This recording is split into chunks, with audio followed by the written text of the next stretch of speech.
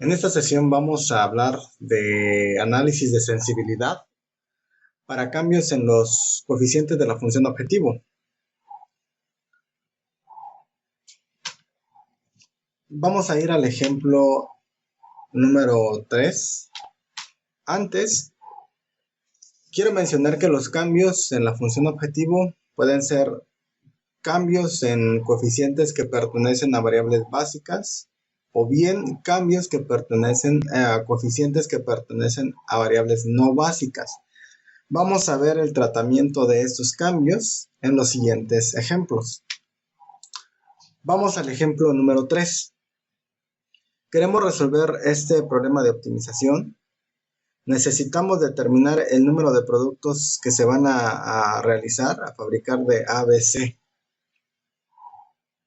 Entonces, en primer lugar, vamos a resolver el problema, vamos a encontrar la solución óptima. Y esta solución óptima es la que voy a mostrar a continuación. Cuando ustedes resuelvan el problema, por ejemplo, puede ser con Python, vamos a llegar a esta respuesta, en el que vemos en la variable básica, en las variables de las básicas vamos a tener x1 y x2 con los valores de 1 y 2 respectivamente. Bien, entonces ahora en el inciso B queremos encontrar el rango de variación del coeficiente 3. Este coeficiente 3, ¿a qué variable pertenece? Nuestro coeficiente 3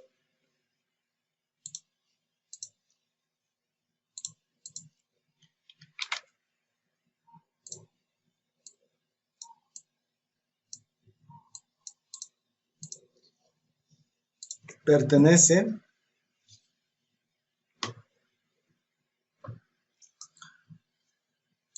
a la variable x3. Aquí voy a anotar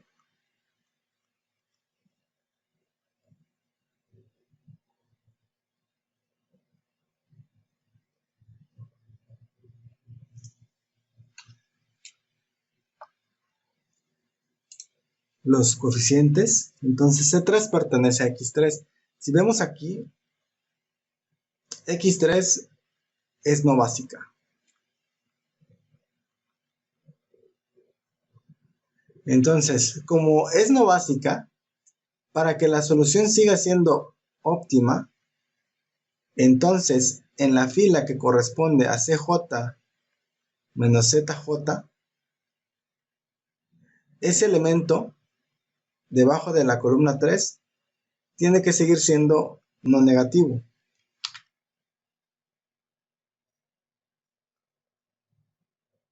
Por ejemplo, en la solución actual tenemos que C3 menos Z3 es menos 6. Con esto en mente, entonces voy a denotar como C3 barra a esta expresión C3 menos Z3. Entonces C3 barra tiene que ser menor o igual a 0. Ahora, ¿cómo se calcula cada uno de esos elementos en la última fila? En CJ menos ZJ. Si recuerdan, en este caso C3, que corresponde a C3, el coeficiente 3, menos Z3, esto es igual a ¿qué? A tener el coeficiente 3 menos ZJ, si recuerdan, siempre se calcula como el producto punto, o bien la suma producto si usamos Excel, de CB, que multiplica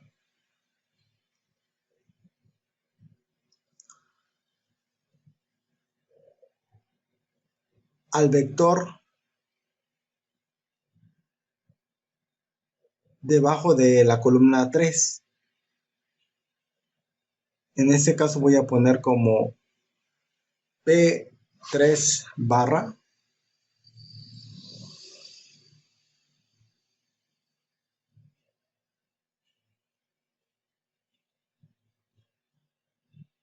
y esto a su vez es igual a tener el producto de la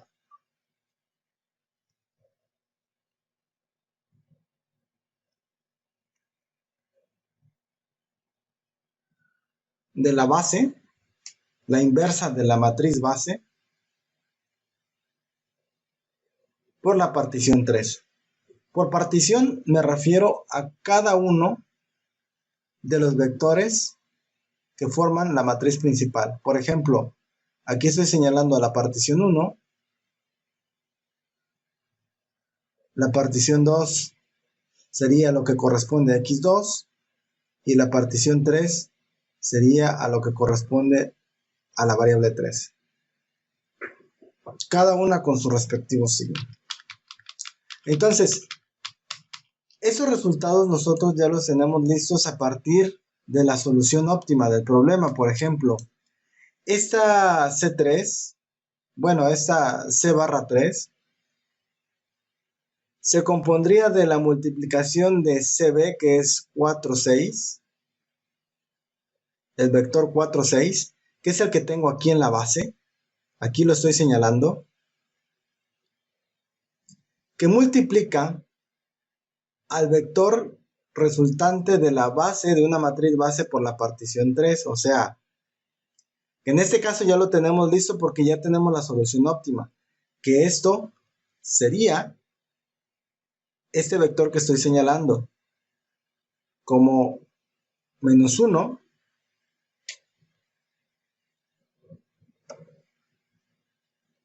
y 2.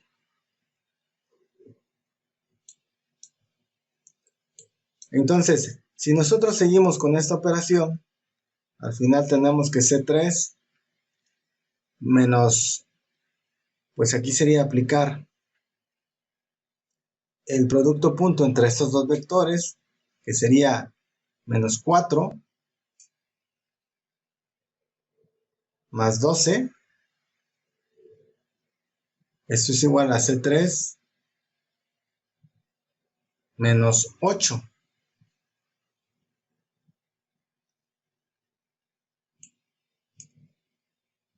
Y esto, si recuerdan toda esa expresión, para que la solución siga siendo óptima, tiene que ser menor o igual a 0. Por lo tanto, C3 tendría que ser menor o igual a 8.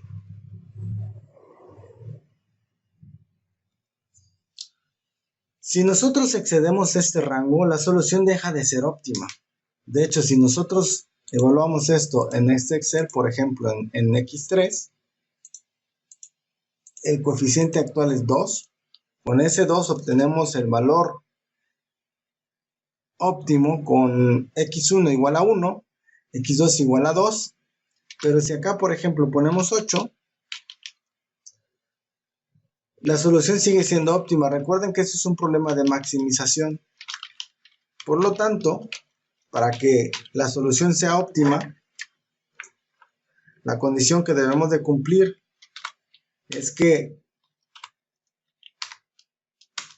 todo el vector CJ menos ZJ sea menor o igual a 0. Si el problema es de minimización, entonces sería mayor o igual a 0. Entonces vemos que aquí las condiciones se cumplen en todos los resultados de CJ menos ZJ. Si yo rebaso este límite, 8, fíjense qué pasa. La solución deja de ser óptima. ¿Por qué? Porque aquí yo ya tengo un 1 positivo, por lo tanto, necesito aplicar el simplex para recuperar la optimalidad en este problema. Entonces acá, si yo tengo valores menores o iguales a 8, la solución va a seguir siendo óptima. Y si se dan cuenta, el valor de z no cambia. ¿Por qué? Porque el cambio que estoy haciendo pertenece a una variable que es no básica. Si yo pongo, por ejemplo, 2, que es el valor original, como está dentro del rango menor o igual a 8, sigue siendo óptima. Si yo pongo 1, sigue siendo óptima. 0 sigue siendo óptima. Menos 1 sigue siendo óptima y así sucesivamente. Menos 5, menos 10. Siempre que el coeficiente sea menor o igual a 8, la solución seguirá siendo óptima.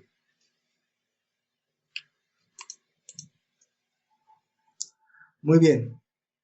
Ahora, continuamos con el inciso C. ¿Qué pasa si C3 incrementa a 12? Si recuerdan, para que nuestra solución sea óptima, C3 debe de ser menor o igual a 8. Entonces, si C3 es 12, la solución deja de ser óptima porque está fuera del rango. Y se dan cuenta que ahora esta solución deja de ser óptima porque es fuera de rango, es mayor a 8. Y por lo tanto, ¿qué es lo que necesitamos hacer acá? Pues lo que necesitamos hacer acá es aplicar el algoritmo simplex para recuperar la optimalidad en el problema. Como vemos a continuación, ese valor de 12 incluso lo podíamos ver desde el cálculo anterior. Si C3 es 12, entonces del cálculo anterior teníamos que 12 menos 8, esto me iba a dar 4. Entonces aquí es el 4 que tenemos ahora en CJ menos ZJ cuando el coeficiente es 12. ¿Y qué es lo que tenemos que aplicar aquí? El simplex. Variable que entra sería x3 y la variable que va a salir pues sería x2. ¿Por qué? Porque en los ratios, cuando calculamos los ratios, aquí tengo un valor negativo. Y esos valores, o sea, 1 entre menos 1, no los tomo en cuenta. El único valor que me quedaría para tomar en cuenta sería el que corresponde a 2 entre 2. Porque es una división entre un número positivo. Entonces, acá vemos que la variable que va a salir va a ser x2. Por lo tanto, en la intersección tenemos que el pivote es 2, el que estoy señalando en este momento.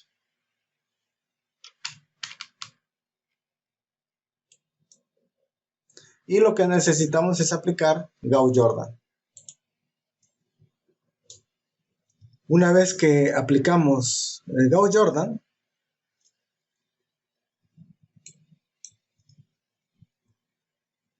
el resultado que obtenemos es este. Entró x3 y se fue x2. Ahora, cuando verificamos los valores de la última fila,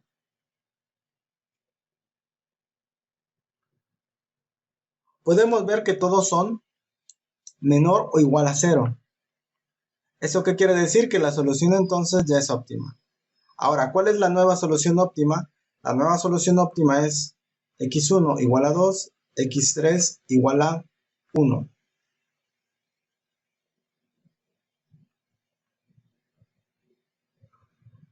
Y x2, como no está en la base, es 0. La z, el 20, S1 y S2 que no están en la base, pues son 0. Entonces vemos que ahorita la base cambió, o sea, la X1 es básica, X2 ahora es no básica, X3 es básica, X1 es no básica y S2 es no básica. Y eso es lo que ocurre, es lo que tendríamos que hacer cuando cambiamos el coeficiente, en este caso de C3 a 12, y 12 está fuera del rango permitido, que era menor o igual a 8. Entonces, como está fuera de rango, la solución deja de ser óptima Y para recuperar la optimalidad necesitamos aplicar el simplex. Recuerden, estamos haciendo el cambio sobre C3. C3 es una variable no básica en la solución óptima original. Ahora vamos al inciso D. En el inciso D,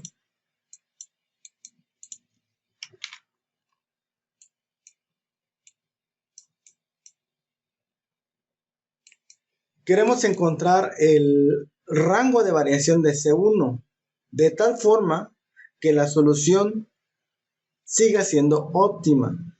Ahora, C1, si recuerdan, C1, cuando resolvimos el problema,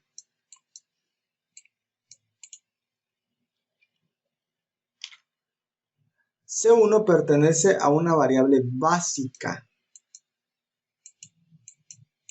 Mucho ojo con eso, lo voy a marcar acá. C1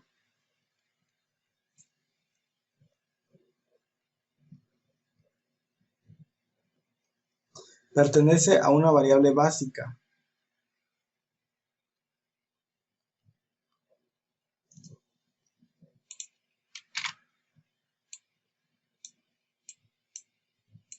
Entonces,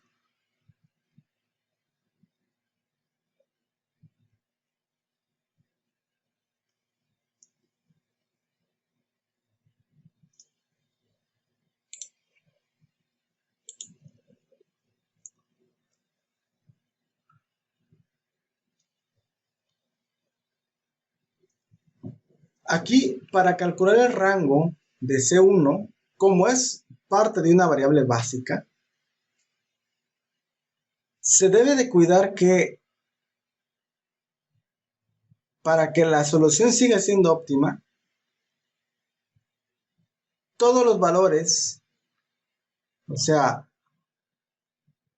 todos los valores de CJ menos ZJ de las variables no básicas sean menor o igual a 0. Entonces acá, ¿cuáles son las no básicas en este caso?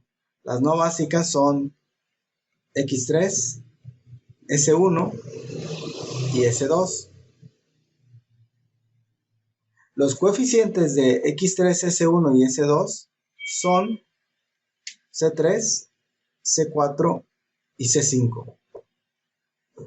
Entonces, estos coeficientes C3 debe de ser menor o igual a 0. O sea, que C3 menos Z3 debe de ser menor o igual a 0. El valor en la última fila que corresponde al coeficiente 4, o sea, C4 menos Z4, debe de ser menor o igual a 0. Y de la misma manera, los valores de C5, o sea, C5 menos Z4 menos Z5, deben de ser menor o igual a 0. Esto a su vez, ¿qué implica? Lo que implica, recuerden, ¿cómo calcularíamos C3? C3 lo calcularíamos de la siguiente forma. Vamos a tomar en cuenta los valores actuales que tenemos en C3. Por ejemplo, en este caso, C3 tiene el valor de 2. Es el problema original, entonces sería 2 menos, ¿cómo calculo los valores de Z3, Z4, etcétera? Recuerden, esos valores los calculo siguiendo esta expresión que les puse anteriormente. Justamente esta expresión. Ustedes toman en cuenta esto.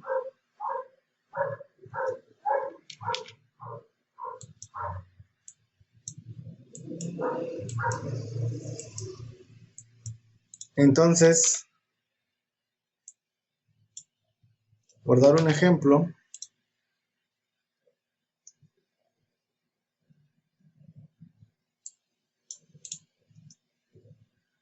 2 menos CB, ojo acá, CB es 4 y 6, pero como queremos calcular el rango de C1,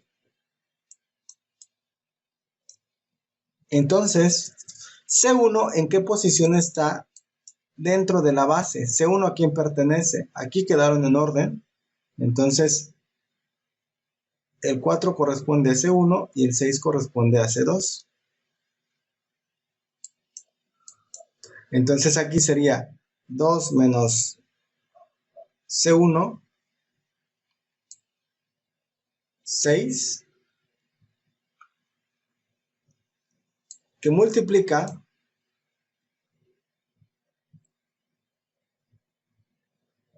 al vector que está debajo de la columna x3, menos 1, 2.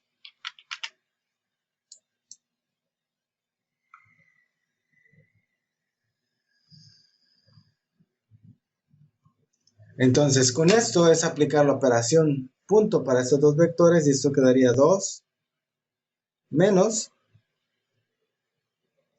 C1 más 12. Y eso me quedaría más C1 menos 12. Y eso me va a dar C1 menos 10. Esa expresión C1 menos 10 tiene que ser menor o igual a 0 para que la solución siga siendo óptima. Porque el problema es de maximización.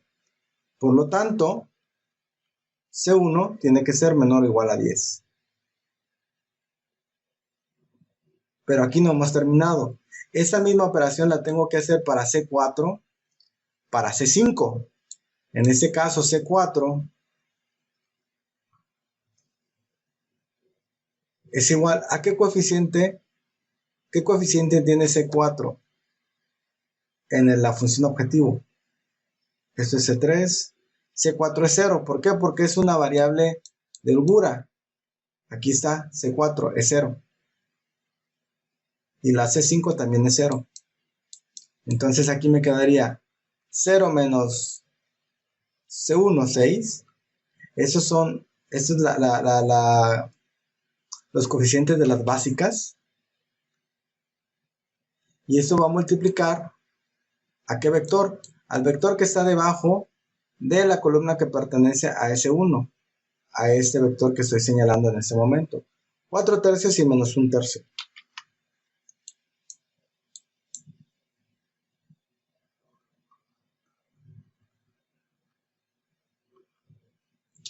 Entonces acá me quedaría 0 menos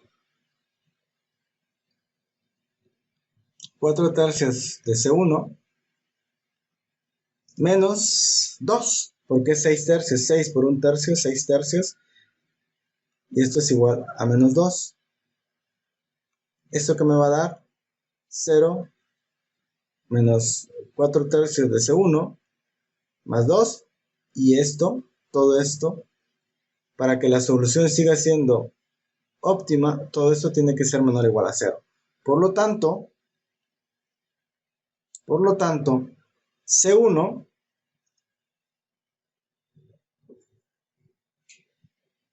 tendrá que ser mayor o igual a ¿qué?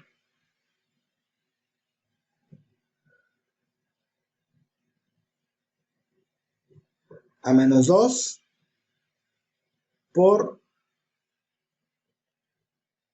menos 3 cuartos. O bien, es como pasar dividiendo el 4 tercios menos 4 tercios del lado derecho. Recuerden que cuando multiplico por un negativo o divido entre un negativo, el sentido de la desigualdad cambia. C1, entonces tendrá que ser mayor o igual a 3 medios.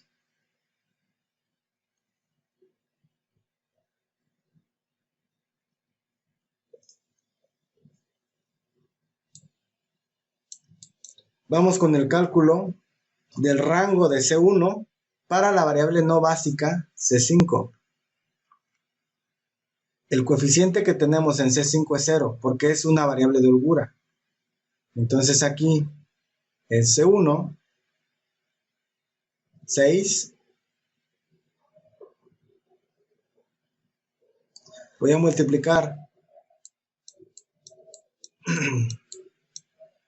por menos un tercio y un tercio,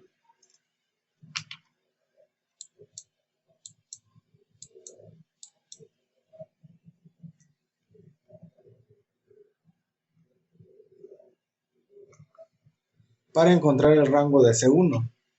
Entonces esto me va a dar 0 menos,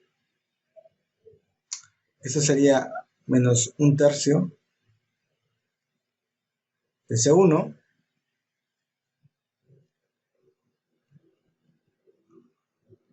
más 2. Esto me va a dar un tercio C1 menos 2.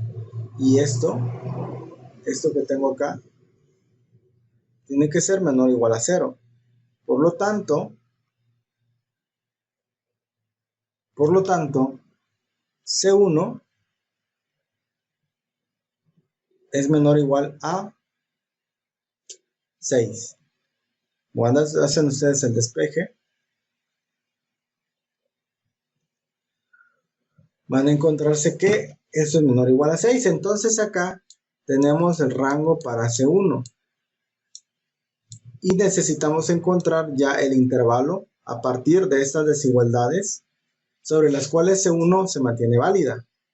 Para que se cumplan las tres desigualdades al mismo tiempo, entonces tenemos que el rango de C1 al final tendrá que ser por el lado izquierdo mayor o igual a 3 medios y por el lado derecho tendrá que ser menor o igual a 6.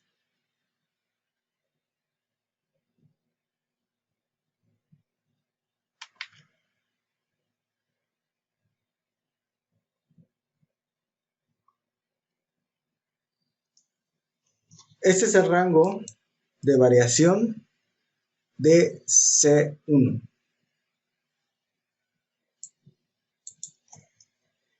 Y esto ustedes lo pueden verificar también de forma interactiva. Mientras C1 esté dentro de ese rango, la solución seguirá siendo óptima.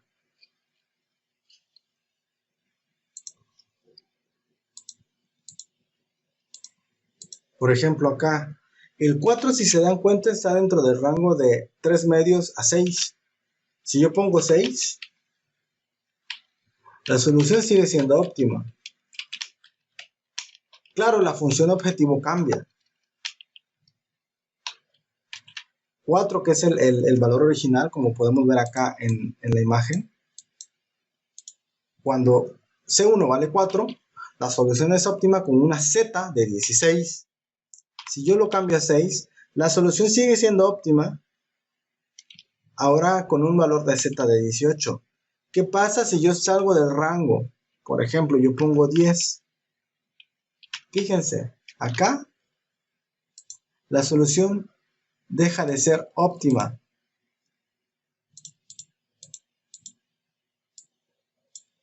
¿Por qué? Porque ya tengo un valor positivo en ese 2. 10 está fuera de rango. Por lo tanto, esa solución deja de ser óptima. Si yo pongo 1.5, la solución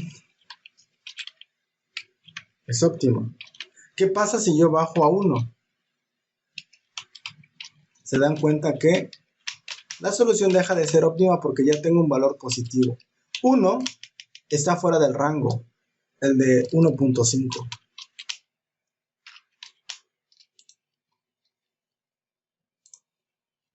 De esa manera, encontramos el rango de variación para C1 que nos garantiza que la solución sigue siendo óptima. Claro, el valor de Z cambia.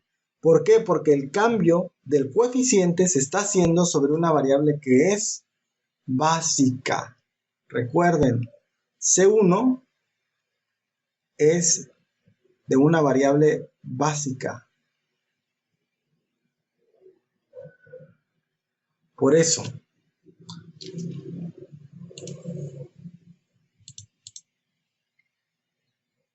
entonces, ¿qué va a ocurrir si C1 ahora es 8. Entonces, como C1 es 8,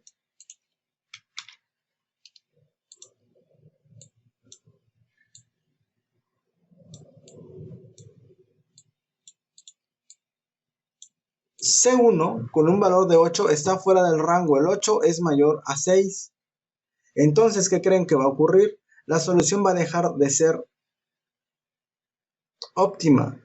Y entonces, ¿qué necesitamos hacer? Pues lo que se necesita hacer es que una vez que cambiemos el valor de C1 a 8 y la solución deje de ser óptima, aplicar el algoritmo simplex para recuperar optimalidad en el problema. Cuando hacemos el cambio de C1 a 8, la solución deja de ser óptima. ¿Por qué? Porque aquí en CJ menos ZJ tenemos un valor que es positivo. Por lo tanto, acá aplicamos el simplex y la variable que entra sería S2 y la variable que sale va a ser X2. ¿Por qué? Porque la división de los ratios acá, el primer elemento, la primera división, es sobre un número negativo. Es 1 entre menos un tercio. Y eso no está permitido. Entonces solamente me queda el segundo elemento. Por lo tanto, X2 es la variable que va a salir. S1 es la variable que va a entrar. Como vemos, ya una vez que aplicamos el simplex, aplicamos Gauss-Jordan. Esto ustedes tienen que verificar justamente en la aplicación del simplex. Y ahora, con este cambio de C1 a 8, la nueva base es X1 y S2. X1 es 3, X2 es 0 porque sale de la base, S1 es 0, no está en la base, y S2 ahora es 6 porque entró a la base. Entonces esto es básica, X2 ahora es no básica,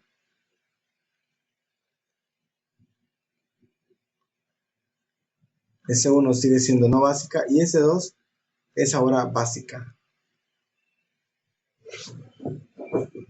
Y ahora el valor de Z es de 24.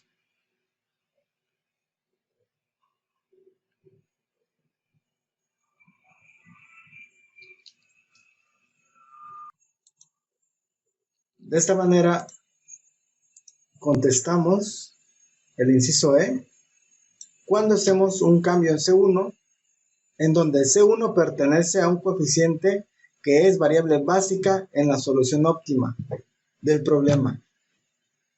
Ahora, en el inciso F,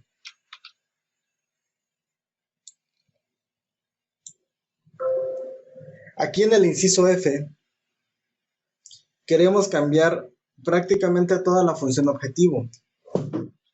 2, 8, 4 y 3 para X1, X2 y X3.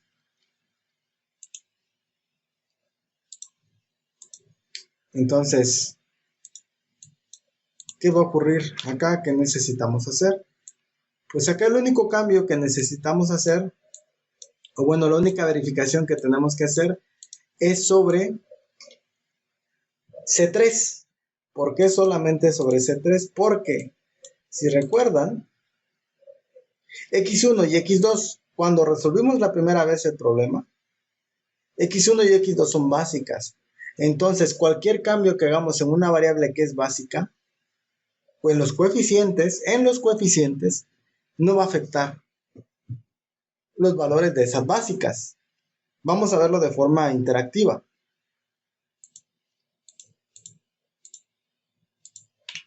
Tenemos este problema ya resuelto. Esta es la tabla óptima con los coeficientes 4, 6 y 2.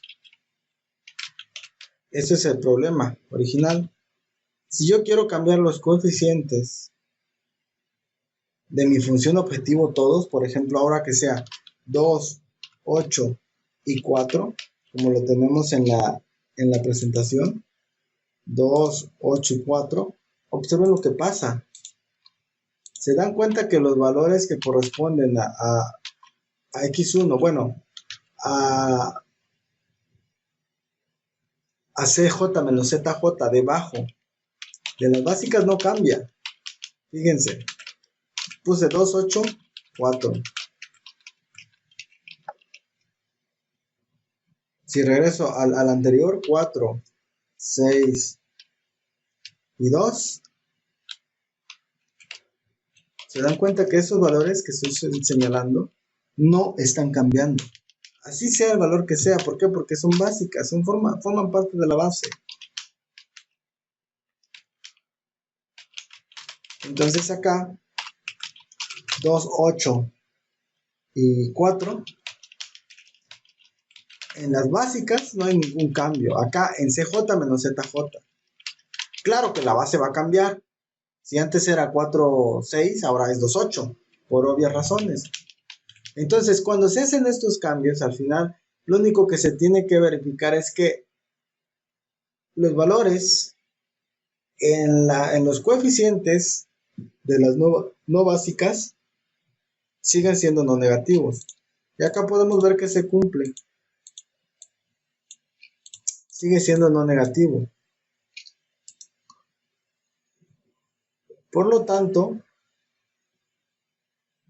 vemos que cambiar esos valores en esos coeficientes no me alteran la solución a mi problema. La solución sigue siendo óptima.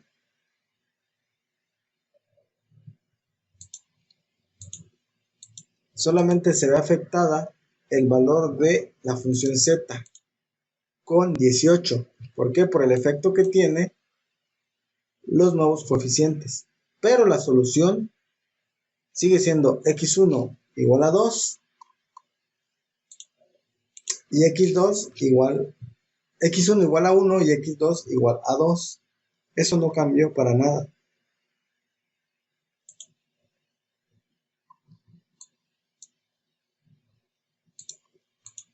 De hecho, esta forma de hacerlo con el Excel lo pude haber evaluado directamente con la pura multiplicación de vectores.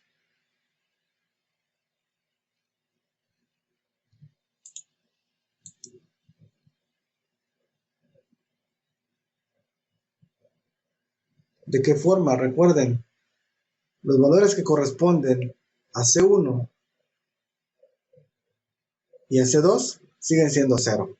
¿Por qué? Porque forman parte de las variables básicas. Pero en cambio con C3, lo único que tendría que verificar es que esos valores siguen siendo no negativos.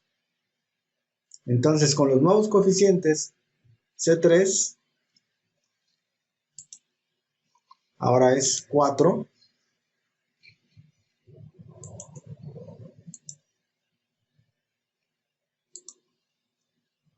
Sería 4 menos 2, 8, que multiplica al vector que está en la solución óptima del problema.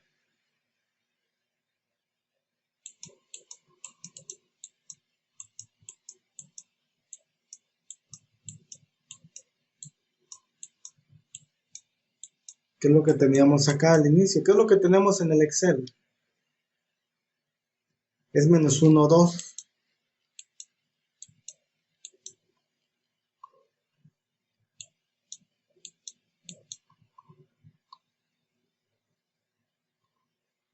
Es menos 1, 2.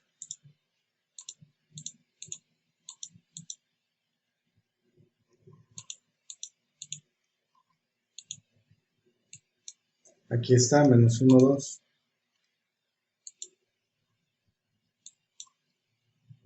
Si se dan cuenta, los valores de la matriz no los estamos cambiando. ¿Por qué? Porque esto es el resultado de resolver el problema a su forma óptima, el problema original.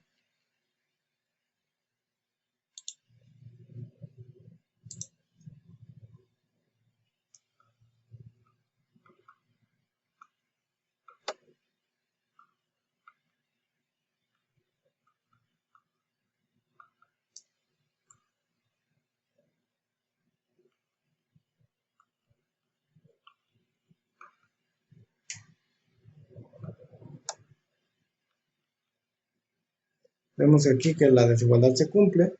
Eso lo vemos directamente del Excel, ya lo habíamos visto. De nuestro Excel anteriormente. Lo mismo ocurre con el valor de C4, o sea, en C4 menos Z4, que aquí sería 0.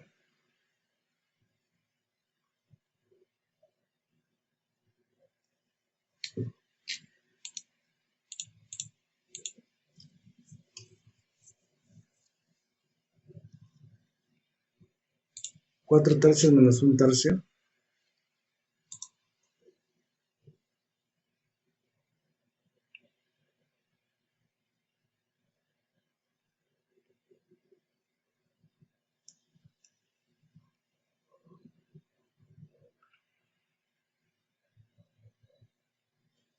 Aquí es menos 10.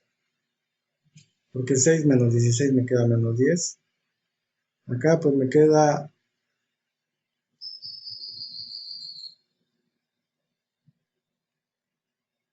8 tercios menos 8 tercios. Y eso es igual a, pues 0, ¿no? Y 0 es menor o igual a 0. Sí. Aquí en C5.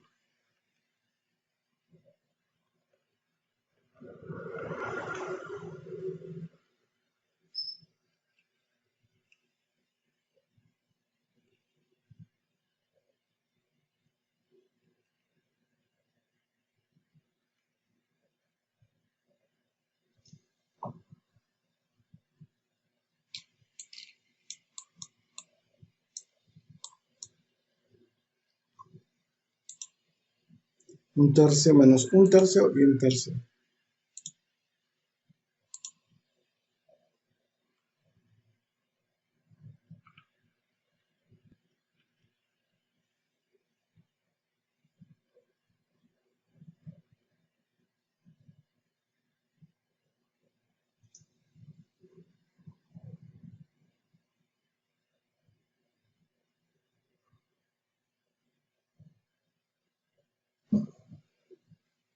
Y eso me queda